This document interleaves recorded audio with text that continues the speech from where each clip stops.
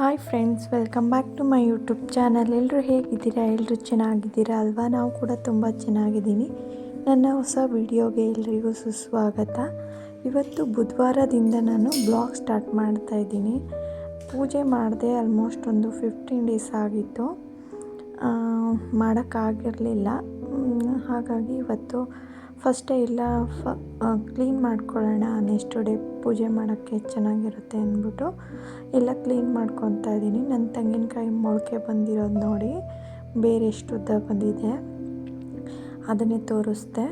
ಹಾಗೆ ಎಲ್ಲ ಫುಲ್ ಒಂದು ಸ್ವಲ್ಪ ಹೂವೆಲ್ಲ ಫುಲ್ ಹಾಳಾಗ್ಬಿಟ್ಟಿತ್ತು. ನಾನು ದೇವ್ರ ಮನೆ ಕಡೆನೇ ಬಂದಿಲ್ಲ, ಅಂದರೆ ಸ್ವಲ್ಪ ಪ್ರಾಬ್ಲಮ್ ಆಗಿತ್ತು, ಹಾಗಾಗಿ ಪೂಜೆ ಮಾಡೋಕ್ಕೆ ಹೋಗಿರಲಿಲ್ಲ. ಹಾಗಾಗಿ ಇವತ್ತೇ ಎಲ್ಲ ಪೂಜೆ ಮಾಡ್ಕೊಳ್ಳೋಕ್ಕೆ ಎಲ್ಲ ಕ್ಲೀನ್ ಮಾಡಿ ದೇವ್ರ ಮನೆಯೆಲ್ಲ ಕ್ಲೀನ್ ಮಾಡ್ಕೊಳ್ಳೋಣ ಅನ್ನೋಷ್ಟರಲ್ಲಿ ಕರೆಂಟ್ ಕೂಡ ಹೋಯಿತು. ಇಲ್ಲಿ ಕರೆಂಟ್ದು ತುಂಬ ಪ್ರಾಬ್ಲಮ್ ಇದೆ. Hi friends, welcome back to my YouTube channel. ಎಲ್ಲರೂ ಹೇಗಿದ್ದೀರಾ? ಎಲ್ಲರೂ ಚೆನ್ನಾಗಿದ್ದೀರಾ ಅಲ್ವಾ? ನಾವು ಕೂಡ ತುಂಬ ಚೆನ್ನಾಗಿದ್ದೀವಿ. ಇವತ್ತು ಬ್ಲಾಗ್ ಮಾಡ್ತಾ ಇದ್ದೀನಿ ತುಂಬ ದಿನ ಆದಮೇಲೆ. ಹಾಗಾಗಿ ಸ್ಟಾರ್ಟ್ ಮಾಡಿಕೊಂಡೆ. ಇವಾಗ ಧ್ರುವಿಗೆ ಸ್ನಾನ ಮಾಡಿಸ್ಕೊಂಡು ಬಂದೆ. ಆ್ಯಕ್ಚುಲಿ ನಾಳೆ ಗುರುವಾರ ಪೂಜೆ ಮಾಡೋಣ ಅಂತ ಹೇಳ್ಬಿಟ್ಟು ಎಲ್ಲ ರೆಡಿ ಮಾಡ್ಕೊಳ್ತಾ ಇದ್ದೆ. ಕರೆಂಟು ಹೋಗೋದು ಬರೋದು ಆಗ್ತಾಯಿತ್ತು. ಹಾಗಾಗಿ ಇವ್ನು ಎದ್ದ. ಹಾಗಾಗಿ ಇವನ್ನ ಸ್ನಾನ ಮಾಡಿಸಿ ಬಟ್ಟೆ ಎಲ್ಲ ಹಾಕಿ ರೆಡಿ ಮಾಡಿದ್ದೀನಿ. ಇವಾಗ ಜುಟ್ಟು ಹಾಕಬೇಕು. ನೋಡಿ, ನಮ್ಮ ಧ್ರುವಕ್ಕೂ ಎಷ್ಟು ಉದ್ದ ಇದೆ, ಸೊ ಜುಟ್ಟು ಹಾಕಬೇಕು. ಡೈಲಿ ಒಂದು ಜುಟ್ಟು ಹಾಕ್ತಾಯಿದ್ದೆ. ಎಷ್ಟು ಉದ್ದ ಇದೆ ಮಗನೇ? ಎಷ್ಟು ಉದ್ದ ಇದೆ? ಹಾಯ್ ಮಾಡೋ, ಅಲ್ಲಿ ಹಾಯ್ ಮಾಡೋ. ಹಾಯ್. ಒಂದು ಪಪ್ಪಿ ಕೊಡು.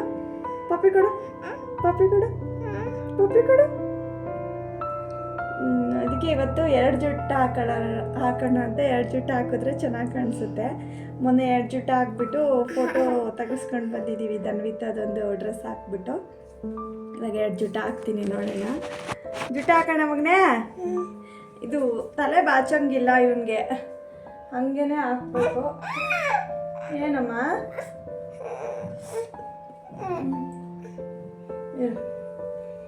ಜುಟ್ಟು ಹಾಕೋಣ.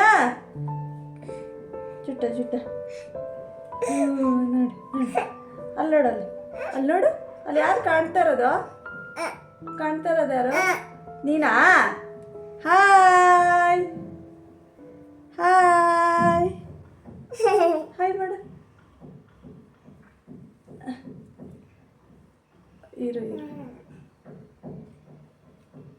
ತಡಿ. ಭಕ್ತಲ್ಲ ತೆಗ್ಯೋಣ. ಬೇಡ, ನೋಡಿ ಒಂದು ಜಡೆ ಹಾಕೋಣ. ಇಲ್ಲಿ ಇರೋ ನೋಡಲ್ಲ, ಅಲ್ಲಿ ಯಾರು ಕಾಣಿಸ್ತಾರೆ? ಪಪ್ಪ ಕಾಣಿಸ್ತಾರೆ. ಪಪ್ಪ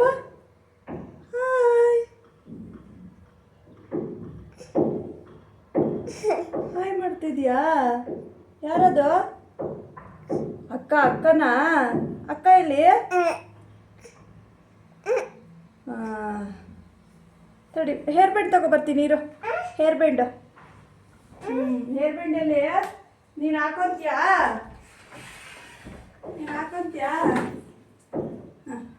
ಹಿಡ್ಕೊ ನೀನು. ಇಟ್ಕೊ ನೀನು.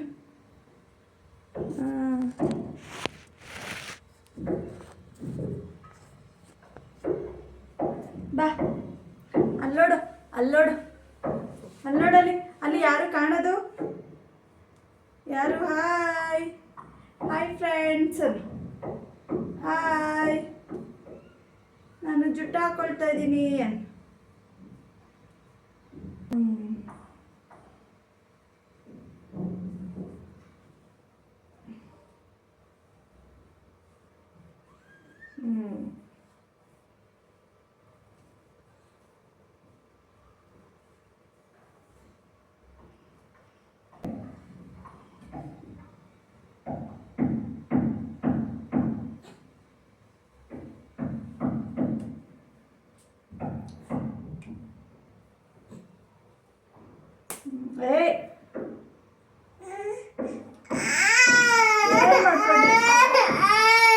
ಅದಕ್ಕೆ ಖರ್ಚು ಮಾಡ್ದದು.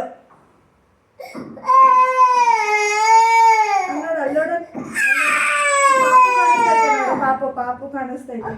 ಅಲ್ಲೊಬ್ಬ ಧ್ರುವಂತ್ ಕಾಣಿಸ್ತಿದ್ದಾನೆ ನೋಡು. ಧ್ರುವಂತ್, ಹಾಯ್ ಧ್ರುವ. ಬಾ ನೋಡು.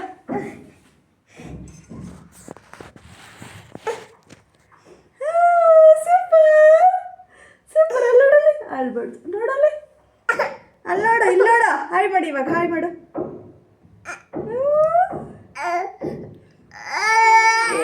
ನಮ್ಮ ಅಳ್ಬಾರ್ದು. ನೋಡಿ ನೋಡಿ ನೋಡಿ, ನಮ್ಮ ಧ್ರುವ ಅಂದು ಕಣ್ಣಲ್ಲೆಲ್ಲ ನೀರು ಬಂತಮ್ಮ. ಇವಾಗ ಧನ್ವಿತನ ಕರ್ಕೊಂಡು ಬರೋಕ್ಕೆ ಹೋಗಬೇಕು. ಒಂದು ಗಂಟೆಗೆ ಬಿಡ್ತಾರೆ. 2 ನಿಮಿಷ ಹೋಗ್ಬಿಡ್ಬೋದು, ಇಲ್ಲೇ ಇರೋದು. ಶೆಕೆ ಆಗ್ತಾಯಿದೆ. ಬಾರೆ ಹೇಳು. ಈ ಕಡೆ ತಿರ್ಸು, ಫಸ್ಟ್ ಈ ಕಡೆ ತಿರ್ಸು. ಈ ಕಡೆ ಫಸ್ಟ್ ಪೇಜ್ ಓಪನ್ ಮಾಡಿನ. ಅದು ಬೇಡ, ಫಸ್ಟ್ ಪೇಜ್ ಓಪನ್ ಮಾಡು. ಅದು ಕಂಟಿನ್ಯೂ ಮಾಡು. ಫಸ್ಟು ಯಾವ್ದು ಕೊಟ್ಟಿರ್ತಾರೋ ಅಲ್ಲಿಂದ ಸ್ಟಾರ್ಟ್ ಮಾಡಬೇಕು. ಬರೀ ಒಂದು ಮೇಲ್ಗಡೆ ಹೆಂಗೆ ಬರ್ದಿದ್ದಾರೆ ಹಂಗೆ ಬರೀ.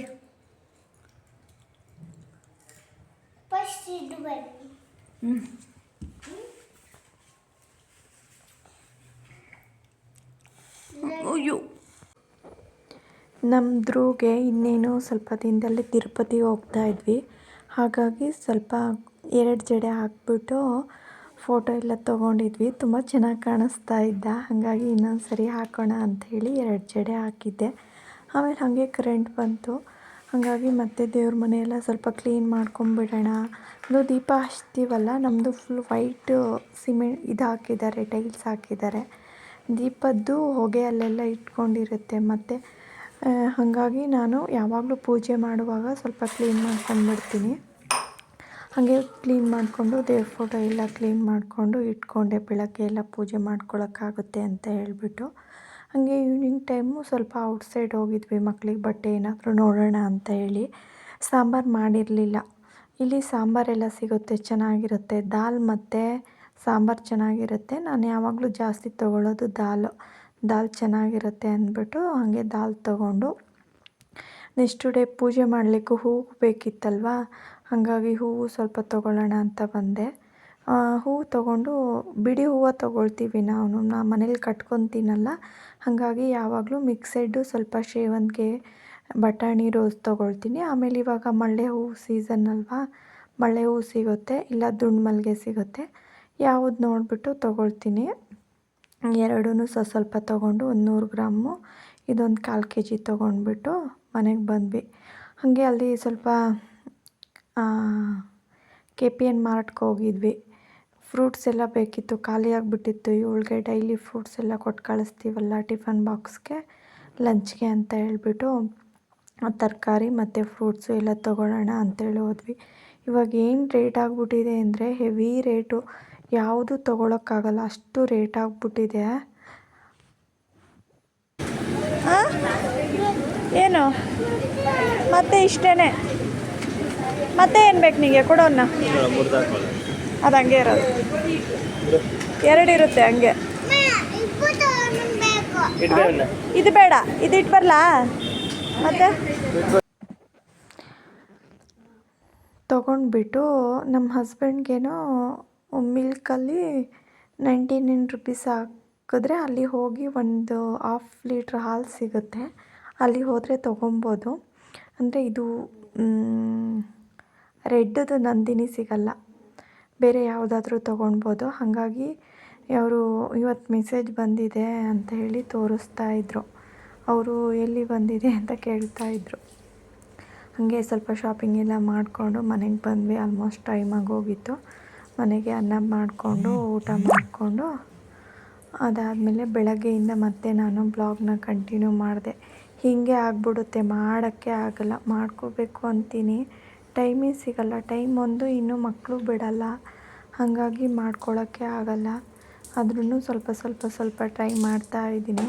ಹಾಗಾಗಿ ಬಾಗಿಲೆಲ್ಲ ಮಾಪ್ ಹಾಕ್ಕೊಂಬಿಟ್ಟೆ. ಅಂದರೆ ನೈಟಲ್ಲಿ ಸ್ವಲ್ಪ ಕ್ಲೀನಾಗಿ ಮನೆಯೆಲ್ಲ ಕ್ಲೀನ್ ಮಾಡಿ ಇಟ್ಕೊಂಡ್ರೆ ಬೆಳಗ್ಗೆ ಅಷ್ಟೊಂದೇನು ಕಷ್ಟ ಅನಿಸಲ್ಲ. ಬೆಳಗ್ಗೆನೇ ಎಲ್ಲ ಮಾಡ್ಕೊಬೇಕು ಅಂದರೆ ಅವಳಿಗೂ ಸ್ಕೂಲ್ಗೂ ರೆಡಿ ಮಾಡಬೇಕು, ಪೂಜೆಗೂ ಮಾಡಬೇಕು, ಇವನನ್ನು ನೋಡ್ಕೋಬೇಕು ಅಂದರೆ ಸ್ವಲ್ಪ ಕೆಲಸ ಜಾಸ್ತಿನೇ ಅನಿಸ್ಬಿಡುತ್ತೆ. ಆಮೇಲೆ ರಂಗೋಲಿ ಹಿಟ್ಟು ಬಾಕ್ಸು ತೊಳೆದಿಟ್ಟಿದ್ದೆ, ಹಂಗಾಗಿ ಹಾಕ್ಕೊಳಕ್ಕೆ ಹೋಗಿಲ್ಲ. ಅದು ಸ್ವಲ್ಪ ಕ್ಲೀನ್ ಮಾಡ್ಕೊಬೇಕು ಅಂಥೇಳಿ ತೊಳಿಯೋಕೆ ಹಾಕಿದ್ದೆ. ಹಾಗಾಗಿ ನಾನು ಕವರಲ್ಲೇ ಕಟ್ಟಿದ್ದೆ. ಇದು ರಂಗೋಲಿ ಇಟ್ಟು ನಾವು ಕಾಸು ಕೊಟ್ಟು ತೊಗೊಂಡಿದ್ದಲ್ಲ, ಈ ಮನೆ ಕಟ್ಟಲಿಕ್ಕೆ ಯೂಸ್ ಮಾಡ್ತಾರಲ್ಲ, ಆವಾಗ ಇದನ್ನು ನಮ್ಮ ಅತ್ತೆ ತೊಗೊಂಡು ಬಂದು ಕೊಟ್ಟಿದ್ರು. ಅವ್ರ ಊರಲ್ಲೇನೋ ಹಾಕಿದ್ರಂತೆ. ಆವಾಗ ಸಾಣಿಸ್ಕೊಂಡು ನನಗೆ ತೊಗೊಬಂದು ಕೊಟ್ಟಿದ್ರು ಒಂದು ಸ್ವಲ್ಪ. ಹಾಗಾಗಿ ಆಗುತ್ತೆ, ಅಂದರೆ ಬಿಡೋಕ್ಕೆ ಸ್ವಲ್ಪ ಕಷ್ಟ. ಅಭ್ಯಾಸ ಇರೋರಿಗಾದರೆ ಬಿಟ್ಕೋಬೋದು, ಇಲ್ಲ ಅಂದರೆ ಸ್ವಲ್ಪ ಕಷ್ಟ ಅನಿಸುತ್ತೆ. ನನಗೆ ಫಸ್ಟ್ ಕಷ್ಟ ಅನಿಸೋದು. ಇವಾಗ ಸ್ವಲ್ಪ ರೂಢಿಯಾಗಿದೆ. ಮತ್ತೇನು ತೊಗೊಂಡು ಬಂದು ಕೊಟ್ಟಿದ್ದಾರೆ ವೇಸ್ಟ್ ಮಾಡೋದು ಅಂಥೇಳಿ ಅದನ್ನೇ ಬಿಡ್ತಾಯಿದ್ದೀನಿ. ಯಾವಾಗಾದರೂ ಹಬ್ಬಗಳಲ್ಲಿ ಆ ಥರ ಮಾತ್ರ ತೊಗೊಂಡು ಬಂದಿರೋದನ್ನು ಯೂಸ್ ಮಾಡ್ಕೊತೀನಿ.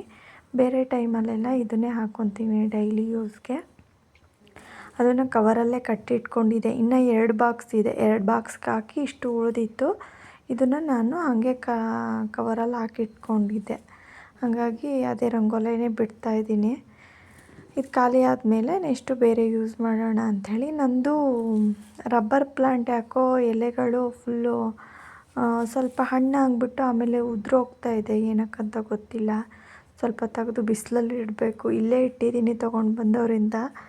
ಅದನ್ನು ಸ್ವಲ್ಪ ಹೊರಗಡೆ ಇಡಬೇಕು, ನೋಡಬೇಕು ಏನಾಗುತ್ತೆ ಅಂತ ಹೇಳ್ಬಿಟ್ಟು. ಬೆಳಗ್ಗೆನೇ ಪೂಜೆ ಮಾಡ್ಕೊಂಬಿಡೋಣ ಅಂಥೇಳಿ ಎಲ್ಲ ರೆಡಿ ಮಾಡ್ಕೊಳ್ತಾ ಇದ್ದೆ. ಅಷ್ಟರೊಳಗೆ ನನ್ನ ಮಗ ಎದ್ಬಿಡ್ತಾನೆ. ಏನಾದರೂ ಪೂಜೆ ಮಾಡೋಣ, ಎಷ್ಟು ಬೇಗ ಎದ್ರೂ ಪೂಜೆ ಮಾಡೋಕ್ಕೆ ಬೆಳಗ್ಗೆ ಇವಾಗ ಆಗ್ತಾನೇ ಇಲ್ಲ. ಲೇಟ್ ಆಗ್ತಾಯಿದೆ, ಏನಕ್ಕಂತ ಗೊತ್ತಿಲ್ಲ. ನಾವೆಲ್ಲರೂ ಬೆಳಗ್ಗೆ ಪೂಜೆ ಮಾಡಿಲ್ಲ ಅಂದರೆ ಇಡೀ ದಿನ ಫುಲ್ ಅದೇ ಕೆಲಸನೇ ಆಗಿಬಿಡುತ್ತೆ. ಎಷ್ಟು ಬೇಗ ಎದ್ರೂ ಫಸ್ಟು ಪೂಜೆ ಮಾಡ್ಕೊಂಡು ಟಿಫನ್ ಮಾಡೋಣ ಅಂದ್ರೂ ಟೈಮ್ ಆಗಿಬಿಡುತ್ತೆ. ಇಲ್ಲ ಅಂದರೆ ಪೂಜೆ ಮಾಡೋಕ್ಕೆ ಆಗಲ್ಲ. ನೋಡಬೇಕು ನೆಕ್ಸ್ಟ್ ವೀಕ್ ಏನಾಗುತ್ತೆ ಅಂತ. ಹಾಗಾಗಿ ಇವತ್ತು ಫಸ್ಟು ರಂಗೋಲಿ ಎಲ್ಲ ಹಾಕ್ಕೊಂಬಿಡೋಣ. ಅದಾದಮೇಲೆ ಟೈಮ್ ಇದ್ದರೆ ಪೂಜೆ ಮಾಡ್ಕೊಳ್ಳೋಣ, ಇಲ್ಲಾಂದರೆ ಟಿಫನ್ ಮಾಡಿಬಿಡೋಣ ಅಂತ ಹೇಳಿ ಪ್ಲ್ಯಾನ್ ಮಾಡ್ಕೊಂಡಿದ್ದೆ. ಬಟ್ ಆಗಲಿಲ್ಲ ಪೂಜೆ ಮಾಡೋಕ್ಕೆ. ಹಂಗಾಗಿ ಸ್ವಲ್ಪ ಮನೆಯೆಲ್ಲ ಫಸ್ಟು ಕ್ಲೀನ್ ಮಾಡಿಕೊಂಡು ಪೂಜೆ ಎಲ್ಲ ಮಾಡ್ಕೊಳಕ್ಕೆ ಆಮೇಲೆ ಮಾಡೋಣ ಅಂತ ಹೇಳ್ಬಿಟ್ಟು ಸೀದಾ ಅಡುಗೆ ಮನೆಗೆ ಬಂದೆ. ಸ್ವಲ್ಪ ಬೀನ್ಸ್ ಎಲ್ಲ ಇತ್ತು, ಹಾಗಾಗಿ ಉಪ್ಪಿಟ್ಟು ಮಾಡ್ಕೊಂಬಿಡೋಣ, ಬೇಗ ಆಗುತ್ತೆ. ಉಪ್ಪಿಟ್ಟಾದರೆ ಅವಳು ಚೆನ್ನಾಗಿ ತಿಂತಾನೆ, ಅವಳು ಚೆನ್ನಾಗಿ ತಿಂತಾಳೆ, ಅವನು ಚೆನ್ನಾಗಿ ತಿಂತಾನೆ ಅಂದ್ಕೊಂಡು ಉಪ್ಪಿಟ್ಟೆ ಮಾಡೋಣ ಅಂಥೇಳಿ ಎಲ್ಲ ರೆಡಿ ಮಾಡಿಕೊಂಡೆ. ಬೇಗ ಆಗೋದಂದರೆ ಅದೊಂದು. ಅವಳಿಗೆ ಯಾವಾಗ ಕೇಳಿದ್ರು ಏನು ಬೇಕೆ ಅಂದರೆ ಜಾಸ್ತಿ ಉಪ್ಪಿಟ್ಟು ಬೇಕು ಅಂತಲೇ ಹೇಳೋದು. ಹಾಗಾಗಿ ಇವಾಗ ಇನ್ನೂ ಮತ್ತೆ ಮನೆಯೆಲ್ಲ ಕ್ಲೀನ್ ಮಾಡ್ಕೊಬೇಕು. ಫುಲ್ಲು ಒಂದು ಸ್ವಲ್ಪ ಡೀಪ್ ಕ್ಲೀನ್ ಮಾಡ್ಕೊಬೇಕು. ಯಾಕಂದರೆ ತಿರುಪತಿಗೆ ಹೋಗ್ತಿದ್ದೀವಲ್ಲ, ಹಾಗಾಗಿ ಮತ್ತು ಪೂಜೆಗೆಲ್ಲ ಮಾಡಿಕೊಂಡೆ ರೆಡಿ ಮಾಡಿಕೊಂಡು ಪೂಜೆಗೆ ದೀಪ ಅಂಟಿಸ್ಬಿಡೋಣ ಅಂತ. ಇವತ್ತು ಕಳಶ ಇಟ್ಟಿಲ್ಲ. ಏನಕ್ಕೆ ಅಂದರೆ ಗುರುವಾರ ಅಲ್ವಾ, ನಾವಿಡೋದು ಶನಿವಾರ ಮನೆ ದೇವ್ರ ಕಳಶ. ಹಾಗಾಗಿ ನಾನು ಶುಕ್ರವಾರ ಇಡಲ್ಲ, ನಾವು ಶನಿವಾರ ಇಡೋದು. ಕ್ಲೀನ್ ಮಾಡೋಕ್ಕೆ ಅಂತ ತೆಗ್ದಿದ್ನಲ್ಲ, ಹಾಗಾಗಿ ಅದನ್ನು ಒಂದು ಬಾಕ್ಸಲ್ಲಿ ನೀರು ಹಾಕ್ಬಿಟ್ಟು ಎತ್ತಿಟ್ಟೆ. ಸ್ಯಾಟರ್ಡೆ ಶನಿವಾರ ಇಡೋಣ ಅಂತ ಹೇಳ್ಬಿಟ್ಟು ಇವಾಗ ಜಸ್ಟ್ ಪೂಜೆ ಮಾಡಿಕೊಂಡೆ. ಮಲ್ಲಿಗೆ ಹೂವು ಕಟ್ಟಲಿಕ್ಕಾಗಿಲ್ಲ, ಸ್ವಲ್ಪನೇ ಕಟ್ಕೊಂಡು ರಾಯರಿಗೆ ಮಾತ್ರ ಹಾಕಿದೆ. ಉಳಿದಿರೋದಿದೆ ಕಟ್ಕೊಬೇಕು. ಕಟ್ಟೋಕ್ಕೆ ಕೂಡ ಟೈಮ್ ಸಿಗಲಿಲ್ಲ, ಹಾಗೆ ಎತ್ತಿಟ್ಟಿದ್ದೀನಿ.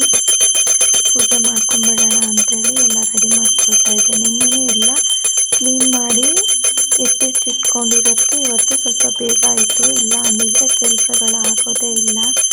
ಆಮೇಲೆ ನಾನ್ ವೆಜ್ ಕೂಡ ನಾವು ಇವಾಗ ಬಿಟ್ಟಿದ್ದೀವಿ.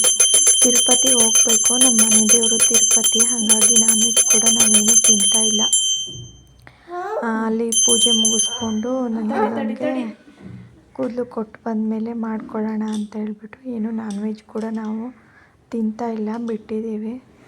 ನಮ್ಮ ಮನೆಯವ್ರಿಗೆ ಬೇರೆ ನೈಟ್ ಶಿಫ್ಟ್ ಇತ್ತಲ್ಲ, ಹಾಗಾಗಿ ಅವರು ಇರಲಿಲ್ಲ, ಹೋಗಿದ್ರು. ನಾನೇ ಪೂಜೆ ಮಾಡಿಕೊಂಡೆ, ಬೇಗ ಮಾಡಿಕೊಂಡೆ. ನನ್ನ ಮಗ ಬರ್ತಾನೆ, ಆದ್ರೂ ನನ್ನ ಮಗಂಗೆ ಗಂಟೆ ಬೇಕು ಬಂದಾಗ.